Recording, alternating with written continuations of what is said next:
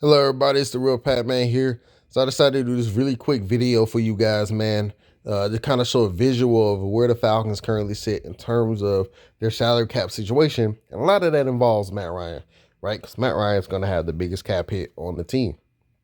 So just using overthecap.com, just using the calculator feature, man, I just want to try to show you guys visually what that looks like in terms of what the team is going to have to do with Matt moving forward and why this year is so important, man. This is arguably the most important offseason of Terry Fontenot and Arthur Smith's career because this is going to allow them to lay the foundation, the groundwork for the future of this franchise.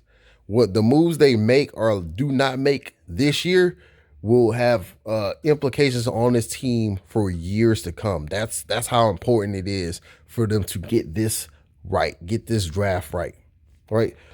Without further ado, let's go ahead and get into it. So, if you follow the Falcons, you know that they had the max restructure Matt Ryan to allow them to get above the cap floor before the start of the league year in order to meet league requirements. So, by doing that, they basically pretty much gave Matt Ryan another signing bonus, added more guaranteed money onto his prorated bonus. It is what it is. I believe it's like the fourth time they've max restructured Matt's deal. So it's not something that's new. It's something that happens pretty much every single year. But I'm going to show you what it's going to look like in the future for this team. So it allowed us to get through the offseason this year. But next year, his money, his cap hit goes back up to $48.6 million. Right? They can move on from Matt. Even still, right? And I've highlighted this before. If they go quarterback at 4, they can move Matt next year. Because yes, dead money is $40 million. You save $8 million against the cap, though. That's something people don't talk about. People only focus on the dead cap hit. Nobody ever focuses on the cap savings. So you can save $8 million by moving Matt next year, trade or cut. And guess what that does for 2023? That completely removes any ties he has to your salary cap. That's called cap flexibility, right? And if you're on a roster that is turning over like that, right? Let's say you go quarterback at 4, you're gonna want that cap flexibility for basically the third and fourth year of the quarterback's rookie contract. And what that was gonna do is gonna allow you to be more aggressive in free agency when addressing needs on your roster. That way you could truly be a best player available approach that Terry Fontenot has been preaching, right? So next year, Falcons are going to have 4 decisions to make with Matt. They can either cut him, trade him, restructure him, or they can extend him, right? Now, the whole restructure and extend it, in my opinion, it really doesn't matter which way you go in that approach, right? And the reason why I say that because if they extend him, all they're going to do is add voidable years onto him.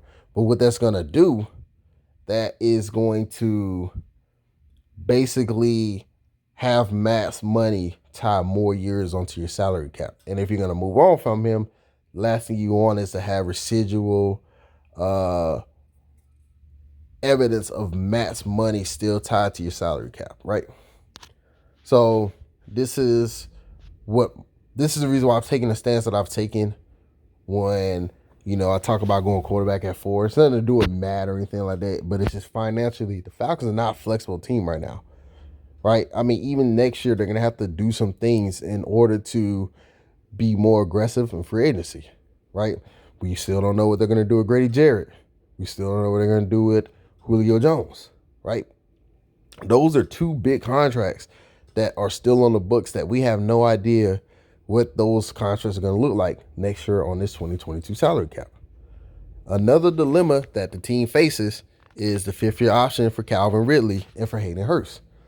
I believe, if I'm not mistaken, right now Ridley's expected to have a 5th-year option that's fully guaranteed, I believe, at $11.1 million or something like that. I'll have to double check that. Hayden Hurst, I believe, is going to be around $5.4 million. All right, those are fully guaranteed. So again, fully guaranteed, you can subtract it from this, and it'll give you what you need, right? So it's going to be very difficult for the Falcons to pick up Calvin Ridley and also try to make it work with this massive cap hit for Matt Ryan next year, which again, they're going to have to make a decision on what they're going to do with him. Right? So let's just say hypothetically the team's like, man, we're all in on Matt. We can win with him. So they max restructure him again. All right? So if they max restructure Matt again next year, it gives them about $11 million in salary cap savings. But here's the kicker. 2023, that number jumps up to $54.9 million. Right? So again, you're going to have to restrict, you're going to have to extend Matt out because 2023 is the final year of his contract. Right? So it's just one of those things where you get to the point where you're just like, what are we doing? Right? We're essentially doing what we criticized the New Orleans Saints for years with doing with Drew Brees. Right? In that, you're trying to hold on to a last little bit of hope and whatnot. And the Falcons could do it. The Falcons could still win with Matt if they wanted to. Right? They could be aggressive with their cap situation. And they can try to win in 2022, 2023 with Matt. Nobody's saying that they can't do that.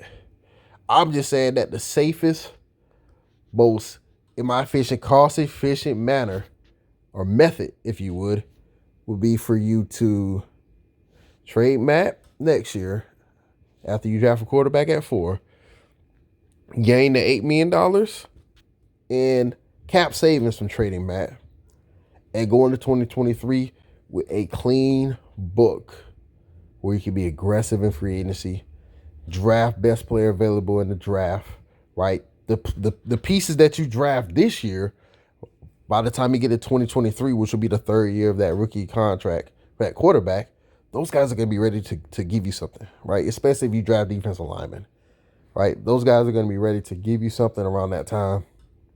And then obviously with the addition of free agency, those are the 2 years where you're knocking down the doors trying to win the championship. And then obviously 2025 is the 5th-year option of your quarterback, which, again, is still, you're knocking on the door trying to win the championship those 3 years. That's your window, right? And again, no one's saying that you can't do something similar with Matt Ryan because you 100% could, right? The Falcons could take Pitts. They could max restructure Matt again next year. They can max restructure a lot of guys. They could be aggressive in free agency. They could take a similar approach. But the deal is the bill's going to come due a lot sooner if you do this method. You're going to have to pay Matt. You're going to have to eat that money eventually, right? And to me, man, I would rather eat it in 2022 when I know my roster is not really going to be, super competitive. I mean, I think the Falcons could 100% make the playoffs in 2021 because of their schedule. Right? I do think that that's a possibility, but I don't foresee them, getting very far in the playoffs. I think this is probably a 7-seed team, right? I mean, the Falcons can still be contenders of sorts. They can still be a good football team, right? But you want that financial flexibility if you're a brand new head coach and a brand new general manager. They're going to want that. So that's the reason why I've taken the stance again that I believe that the smartest pick for the Falcons, even if people don't consider it the best, is to go quarterback at 4, a Justin Fields, a Trey Lance, whoever the case may be, because that is going to give you the most flexibility moving forward down the road, right? And again, man, they could take Pitts, they could go with offensive linemen, they could trade down if they want to, they could do a whole plethora of things. But when you're looking at the salary cap and you're looking at Matt Ryan, again, eating Matt's money in 2022 when you have the ability to do so makes the most sense to me if you're not going to be committed to him long term. If you're committed to Matt long term, you need to extend him out so that 2023 is not that big of an issue for this team moving forward, right? Because if you bank on this, if you're Terry Fontenot and you're banking on this, and you're wrong, you've just wasted essentially 2 or 3 years worth of your time here in Atlanta trying to make the old regime's roster work. And now you're trying to install at that point, your new face of the franchise. your new quarterback and stuff like that. And rookie quarterbacks notoriously are bad, right? They are notoriously bad. So you're talking about a team that's probably not going to be that good that rookie year. That's another year that's gone, right? And by that time, man, you're looking at 4 or 5 years in with the tenure. You don't have the results. That's how people get fired. You look at the Chargers with Anthony Lynn. They did that, right? The first 3 years of his tenure, they had Phillip Rivers. They thought that they could make it work, and he got to the end of his contract, and they, allowed him to go to Indianapolis. They drafted his replacement, and Justin Herbert. Guess what? Anthony Lynn got fired because they had a losing season. So just something to think about, man. Hopefully you guys enjoyed this video. Please leave me a comment, man. Just tell me what's on your mind. Again, don't allow me to influence you. Please don't. Do your own research. There's multiple podcasts out there. There's multiple sites you can play with a calculator if you want to. If you have access to the NFL Players Association's database, you can use theirs as well. There's so many different resources that you could use. Do your own research. That's all. That's been my thing here, right? Don't ever take what someone says as face value, right? You can take it, listen to it, and you can fact check it yourself, right? Do your own research, because in the end, right, no one is going to be able to tell you what's going to happen but the team. But you need to be able to understand the reasoning for why certain things happen with this team. So that's all I have for you guys, man. I appreciate your time. I'm out.